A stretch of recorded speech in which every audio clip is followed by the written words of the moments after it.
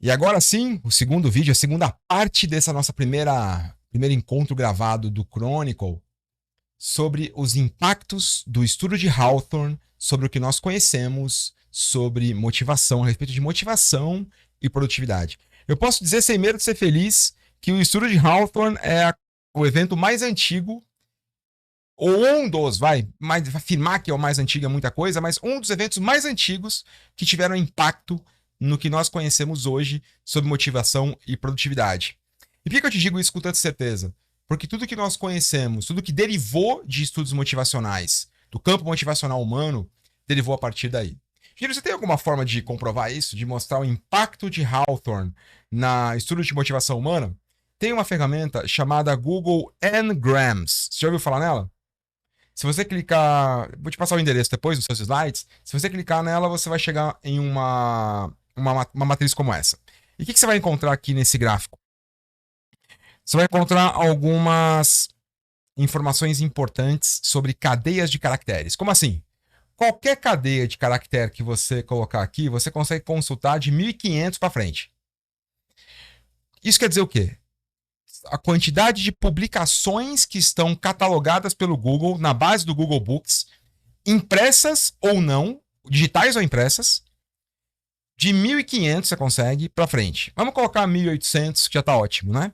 Então, aqui tudo que já vem, ele vem por default, né? De 1800 para 2019, a quantidade de publicações sobre esse assunto. Então, se você colocar, por exemplo, Albert Einstein, Sherlock Holmes, Frankenstein, você consegue ver que a partir do momento que eles foram concebidos, né, como enquanto assuntos, enquanto assunto, eles se tornam relevantes. Então, a partir do momento que Albert Einstein se torna relevante ali, ó, comecinho do século XX, Sherlock Holmes, finalzinho do século XIX, e assim por diante. Vamos colocar aqui motivation.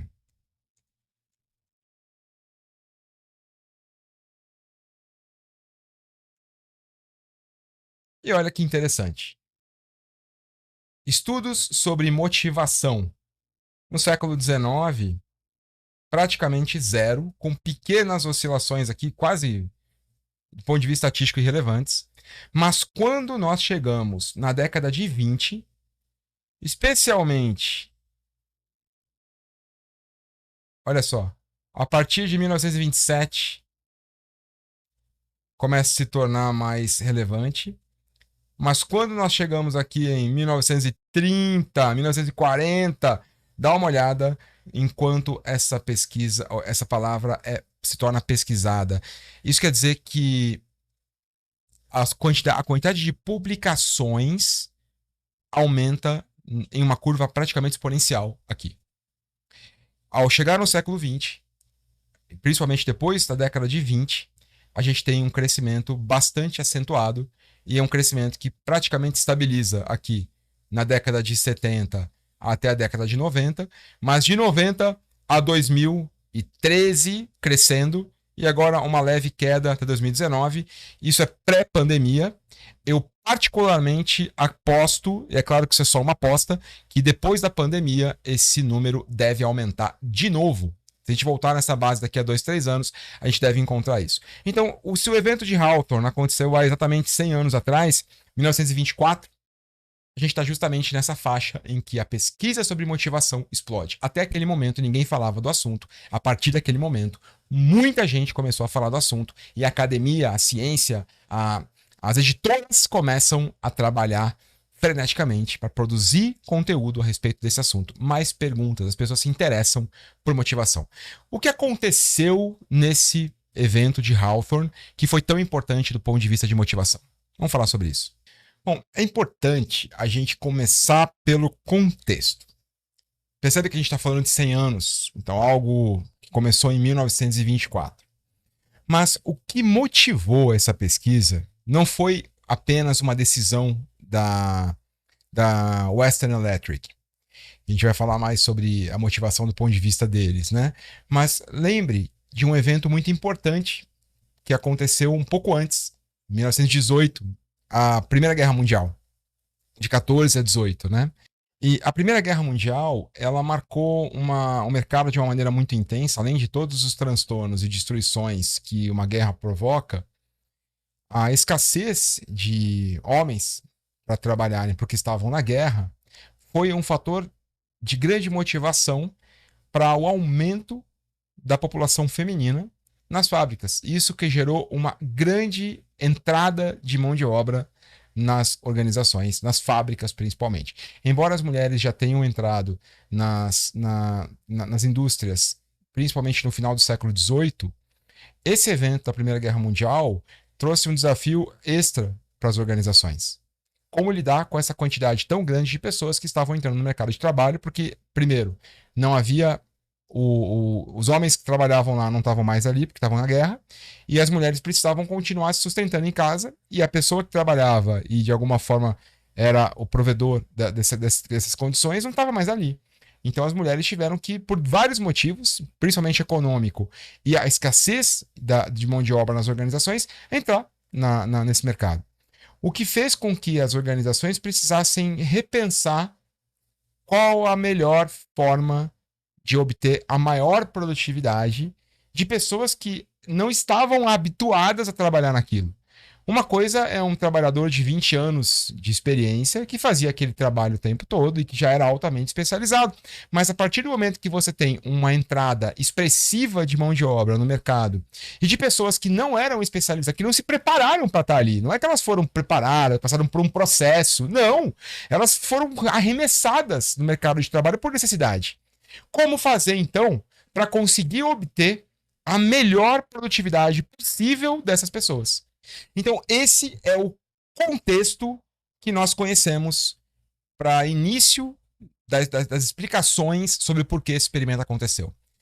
E em 1927, a Western Electric Company, junto com a National Research Council, o Conselho de Pesquisa Nacional, iniciou um ambicioso projeto na fábrica Hawthorne Works. O propósito dessa pesquisa era entender de forma abrangente como as condições de trabalho afetavam a produtividade dos trabalhadores. Então, se nós havíamos falado sobre relação entre motivação e produtividade, o experimento de Hawthorne tentava entender a relação entre condições de trabalho e produtividade. E esse interesse ele surgiu especificamente após alguns experimentos preliminares que haviam começado, adivinhem quando? 1924, entre 1924 e 1927. E esses experimentos, eles foram interessantes porque não conseguiram estabelecer uma relação direta entre níveis de iluminação e a eficiência e a produtividade das pessoas que estavam ali. E o contexto sugeriu que talvez outros fatores tivessem contribuído para o aumento de produtividade, mais ou muito além do que eles tinham imaginado como fatores físicos. Ruído, presença do chefe ou não na sala, intervalos de descanso, iluminação, uma série de fatores físicos eram objeto de estudo. Mas esses experimentos preliminares que começaram em 1924 indicaram uma complexidade maior nessa pesquisa, o que suscitou a continuidade disso, gerando o que a gente vai conhecer agora. Bom, a partir dessa experiência que iniciou em 1924, o experimento de Hawthorne ele foi concebido como um estudo mais detalhado e abrangente que visava descobrir as relações sutis entre o ambiente de trabalho e a eficácia do trabalhador, não apenas as variáveis inicialmente pensadas. O que aconteceu foi, e a grande revolução que esse teste criou, foi no teste de iluminação, no experimento de iluminação, uma parte desse teste. Esse teste ele buscava analisar o impacto da luz sobre o desempenho das pessoas. E durante esse período inicial, os grupos de trabalhadores eles foram submetidos a diferentes níveis de iluminação para observar possíveis variações na produção.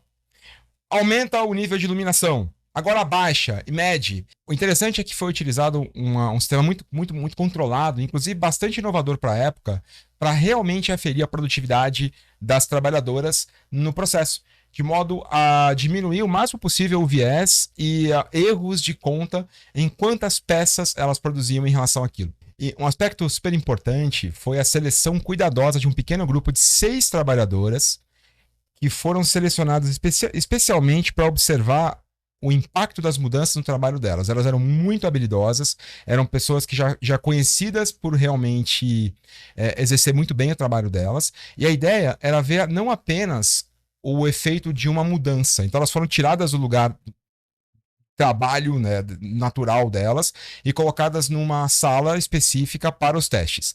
E essa sala já tinha sido projetada para que vários tipos de alterações pudessem acontecer ao longo do dia, como mudança de luz, mudança de ruído, lugares em que elas ficavam sentadas para trabalhar, mais alto, mais baixo e assim por diante, mas não apenas uma variável, mas também as variáveis quando somadas. Então não vamos olhar só a iluminação, mas quando a iluminação e som, e iluminação e a forma como elas são tratadas. E o que se percebeu, foi algo muito interessante, é que, surpreendentemente, as mudanças que estavam relacionadas ao bem-estar geral dos trabalhadores resultavam em aumento de produtividade, independentemente das condições físicas específicas que estavam sendo testadas. Naquele experimento da luz, eles diminuíam a intensidade luminosa e viam quanto elas produziam. E depois eles aumentavam a intensidade luminosa e viam quanto elas produziam novamente. E o que perceberam, e isso já foi a partir de evidências lá de 1924, é que a mudança da luz em si não fazia diferença alguma. Mesmo quando eles diminuíam a luz ou quando eles aumentavam a luz, a produtividade das trabalhadoras aumentava. Ou seja, elas estavam produzindo mais independentemente da intensidade luminosa. E quando foram avaliar a partir das entrevistas, eles perceberam que o grande fator que contribuiu para o aumento da produtividade delas foi o bem-estar. O que eles chamam de o moral do time. A partir do momento que as pessoas se sentem bem, felizes e valorizadas, elas produzem mais. Então, uma frase muito impactante do Elton Mayo sobre esse experimento é que o que aconteceu saiu totalmente do controle dele, não era o que ele esperava.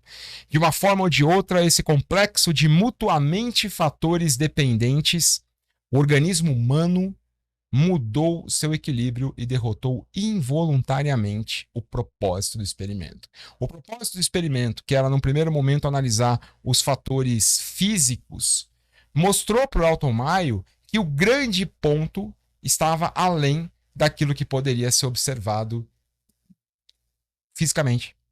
Que o que realmente trazia para aquelas mulheres um aumento de produtividade era o fato dela terem se sentido pela primeira vez observadas. Mas não a observação de controle, a observação de cuidado. Como a questão era, vamos ver quais condições de trabalho são melhores para vocês, e sendo melhores para vocês, melhoraram a sua produtividade? Era isso que eles queriam conferir? Essa era a pergunta?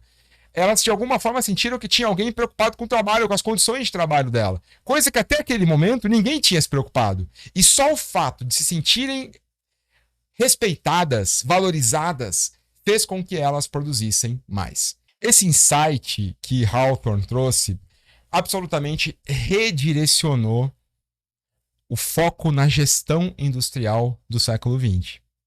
O que até então era motivado por um experimento em ambiente físico, em condições físicas de trabalho, se tornou um ponto de partida para o ambiente psicológico das pessoas, para a felicidade das pessoas, para aspectos psicológicos e sociais que até aquele momento eram sumariamente negligenciados, como a gente vê na pesquisa do N-Grams, quando jogamos ali a palavra motivação. Motivação não era um assunto de interesse da indústria até 1920. Porque Ninguém tinha feito alguma descoberta relevante no campo da ciência que mostrasse que as pessoas motivadas trabalhavam mais. Logo, se estão motivadas ou não, se estão felizes ou não, se estão trabalhando bem ou não, pouco importa. O que importa é a produtividade delas. E essa pesquisa feita por Elton Mayo criou uma ruptura na maneira como as organizações enxergam a gestão. E o próprio Elton Mayo traz comentários muito significativos no livro, e eu vou recomendar para vocês esse livro aqui, ó. Não é um livro barato, os livros que falam da pesquisa, infelizmente, não são baratos, e eu li vários deles, os originais, né? Dá uma olhadinha nesse daqui, ó. The Human Problem of an Industrial Civilization. Elton Mayo. Nesse livro, ele apresenta o experimento de Hawthorne.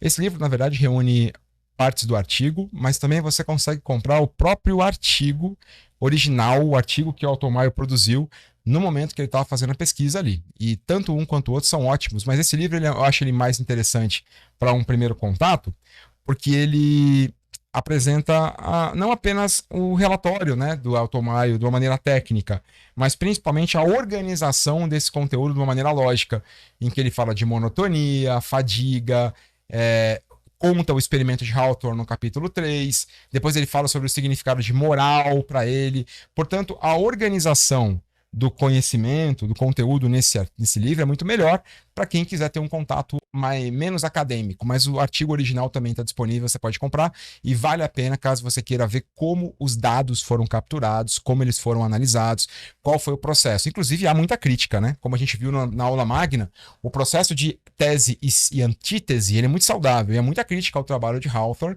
o que é muito positivo para que outras pessoas continuem buscando entender em que condições aquilo não é verdade. Há inclusive críticas do tipo: e o que aconteceu lá foi óbvio, todo mundo sabia que ia acontecer aquilo. Mas não foi tão óbvio assim.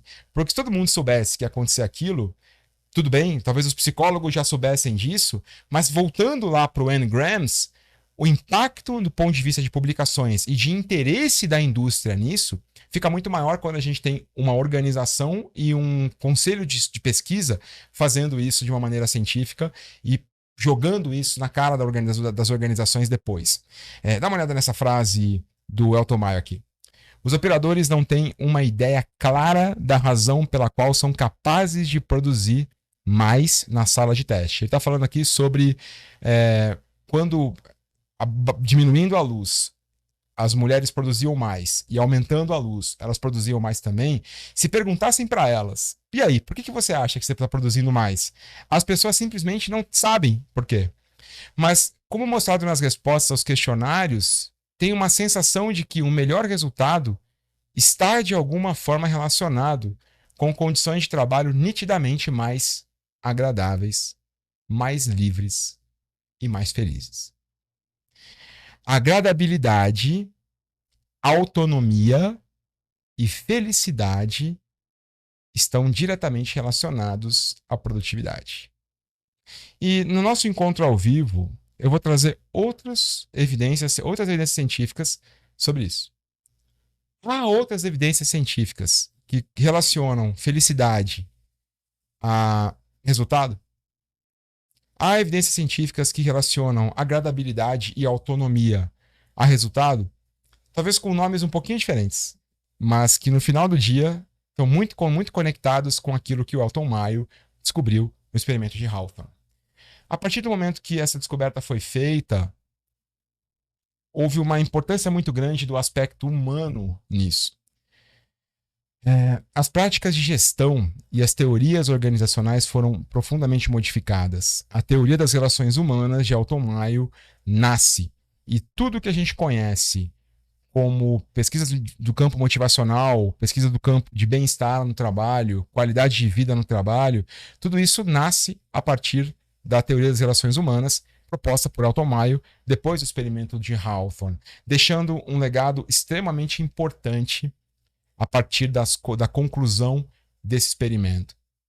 As conclusões tiradas do experimento de Hawthorne, elas tiveram um impacto tão importante, porque a compreensão dos fatores psicológicos e sociais por parte das pessoas que trabalham nas organizações se torna algo fundamental. Por exemplo, para as áreas de pessoas. As áreas de pessoas, como nós conhecemos, acabam surgindo para ajudar as pessoas a estarem mais felizes, tanto emocionalmente quanto socialmente, não só elas consigo mesmas, mas elas com o grupo que elas trabalham, e levou a uma mudança de paradigma. O trabalho de Hawthorne ele foi disruptivo. A gestão passa a enfatizar a importância de criar ambientes de trabalho que atendam às necessidades humanas e não apenas às necessidades ambientais para que as pessoas tivessem qualidade física ali. A gente costuma... A gente quem, né? O pessoal que trabalha com ágil costuma conhecer muito o Management 3.0. E o Management 3.0, que fala sobre gestão, ele tem uma teoria muito bacana sobre o que era o Management 1.0 e o que era o 2.0 e aí o que é o 3.0.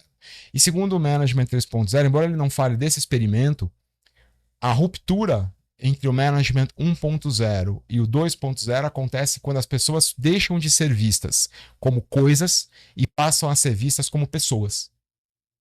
E isso acontece justamente no experimento de Hawthorne.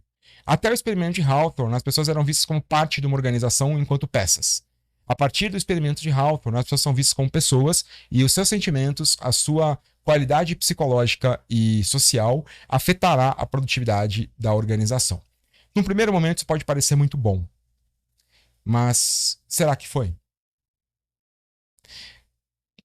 Quais são as consequências de condicionarmos o bem-estar social e psicológico, a saúde psicológica e social, à produtividade? Quais são as consequências? Porque se nós condicionamos uma coisa a outra, é como se o objetivo fosse a produtividade e por isso nós estamos dizendo que as pessoas são boas e que devem ser bem tratadas e que devem ser respeitadas.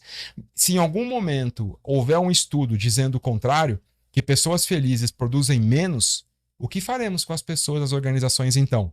Vamos trabalhar arduamente para que elas sejam infelizes e doentes? Então, eu tenho muito cuidado quando condicionamos felicidade, bem-estar e saúde psicológica, emocional e social à produtividade, porque, para mim, saúde psicológica, emocional e social deveria ser um fim em si mesmo, sem a necessidade de produzir mais ou menos por conta disso. Talvez o nosso paradigma tenha mudado, mas não profundamente. Talvez o foco das organizações ainda continue sendo o mesmo foco que sempre foi, produtividade. E só passamos a olhar para as pessoas porque percebemos que isso era importante, mas no fundo, não estávamos genuinamente preocupados com elas. Quem fala sobre genuinamente interessado, genuinamente preocupado, Dale Carnegie e outras pessoas, outros grandes autores, também do século XX, já começam a levantar essa lebre sobre estar genuinamente preocupado, estar genuinamente interessado, porque talvez, o paradigma de foco em produtividade e se para isso as pessoas tiverem que ficar felizes, tudo bem, ele não seja sustentável no médio e longo prazo. Talvez. Mas isso é um ponto de pesquisa. E um gancho para isso é a própria frase do Elton Mayo, publicada nesse livro que eu te mostrei, em que ele fala o seguinte, abre aspas, muito pode ser ganho industrialmente, levando maior consideração pessoal aos mais baixos níveis de emprego. O que ele quer dizer com essa frase? Podemos ganhar muito dinheiro se começarmos a nos preocupar, a considerarmos as pessoas que estão no chão da fábrica. Essa frase do Elton Mayo pode ser uma frase perigosa. Pode ser uma frase perigosa. Não quer dizer que a intenção dele era ruim. Eu, principalmente, acho que não era. Mas o que ele está dizendo é que, olha, o objetivo de considerarmos as pessoas é porque podemos ganhar muito mais com isso. E é justamente esse o ponto que o Management 3.0 entende, que é a falência do sistema de gestão 2.0. Mas a gente pode falar disso num outro momento. Nosso estudo, nesse momento, se concentra na descoberta de Hawthorne. E a provocação que eu faço para você, aqui, hoje no Chronicle, no primeiro vídeo do Chronicle, é o quanto nós podemos ter esquecido essa pesquisa. O quanto podemos nos distanciar, ou temos nos distanciado das pesquisas do Elton Mayo e das descobertas do Elton Mayo. Hoje, na sua organização, o quanto nós prezamos pela felicidade, pelo bem-estar e pela saúde emocional e social de um grupo. Perguntas para a gente pensar até o nosso próximo encontro.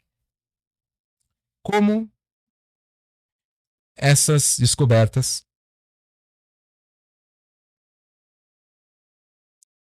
ainda são negligenciadas. Ou seja, pelo que você conhece de sistema de incentivo, recompensa, sistemas de valorização das pessoas, políticas organizacionais, o quanto olhando para dentro das organizações nós percebemos isso. Um exemplo, se eu tenho uma organização que se inspira nas descobertas de Hawthorne, ela vai buscar incessantemente medir, inspecionar, adaptar, aprimorar a saúde psicológica e social. As pessoas com elas mesmas e as pessoas com os outros. Olha para dentro da tua organização. Quais são as práticas que vocês têm nesse sentido? Como nós estamos assegurando que, no mínimo, estamos olhando para isso de uma maneira intencional, de uma maneira organizada, e o quanto na nossa gestão organizacional estamos, de fato, medindo, nos preocupando e aprimorando a saúde dos colaboradores e as relações sociais entre eles. Segunda pergunta. Qual o impacto da pandemia nessas duas variáveis?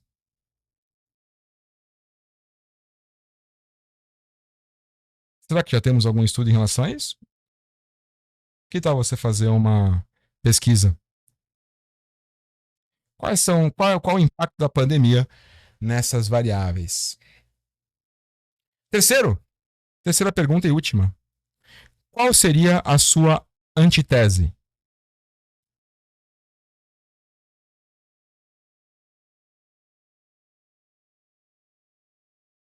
A partir das pesquisas e das descobertas de Alto Maio, se você tivesse que propor uma antítese, qual seria a sua antítese? Qual seria o seu ponto de discordância? Sem nenhum tipo de crítica negativa, ao contrário, no que você discordaria do Elton Maio e como você estruturaria uma pesquisa nesse sentido? Eu sei que isso pode parecer muito longo, então acabamos de chegar num crônico, como é que eu vou estruturar uma pesquisa? Não precisa se preocupar em vou publicar um artigo assim, essa não. Qual seria a sua pergunta? Qual seria a sua pergunta para estruturar uma pesquisa nesse sentido?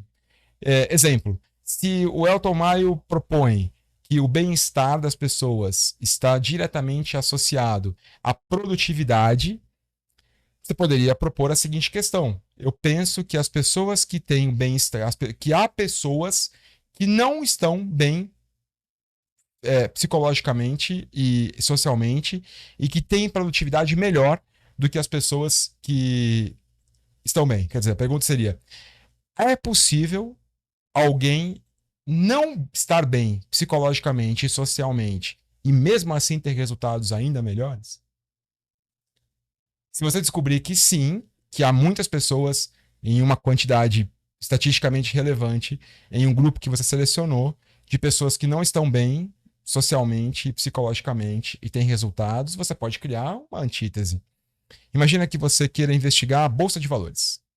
Será que as pessoas que trabalham... Eu tô falando isso por conta do filme Lobo de Wall Street. Por nada mais do que isso. Eu não tenho nenhuma informação privilegiada, mas pensando aqui junto com você. Será que as pessoas que trabalham em Wall Street, elas, do ponto de vista social, elas têm boas relações? O Lobo de Wall Street mostrava que sim, né? Mas será que são boas relações? Será que é o que o Elton Mayer considerava como moral? Você tem no livro, inclusive, a definição de moral para ele, como medir isso. Legal. Será que as pessoas que trabalham em Wall Street têm boas relações sociais? Será que elas estão felizes, bem, psicologicamente?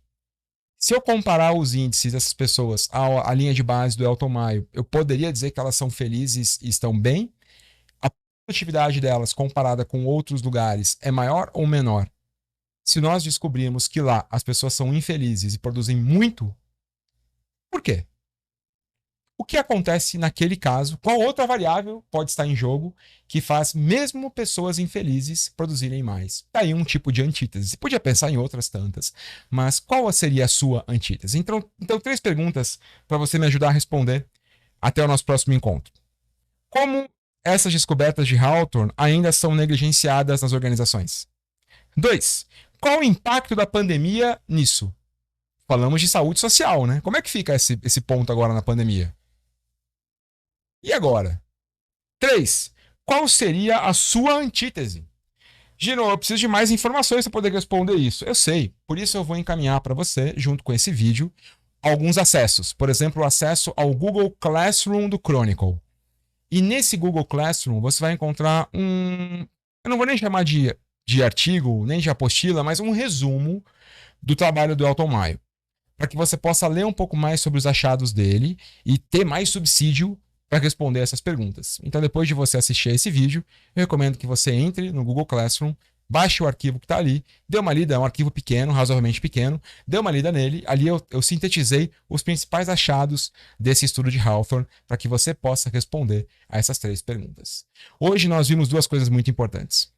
Como fazer uma pesquisa, como assegurar que nós estamos buscando conhecimento em um lugar em que o conhecimento de fato é válido e bem classificado, base da Qualis, né, da CAPES, e também a pesquisa científica por meio das bases de conhecimento, das revistas.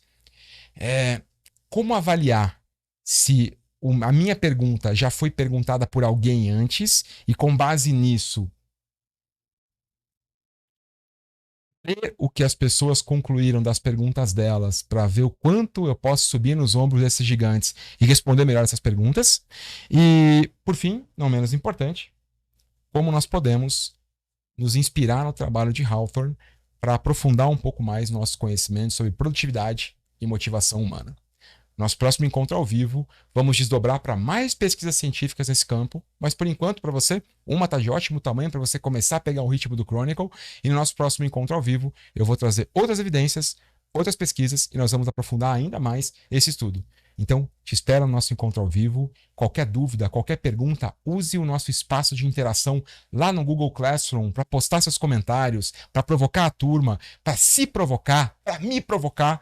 Vamos começar a construir a nossa escola de pensamento sobre motivação humana baseada nas descobertas dos gigantes. Espero você no nosso encontro ao vivo. Valeu!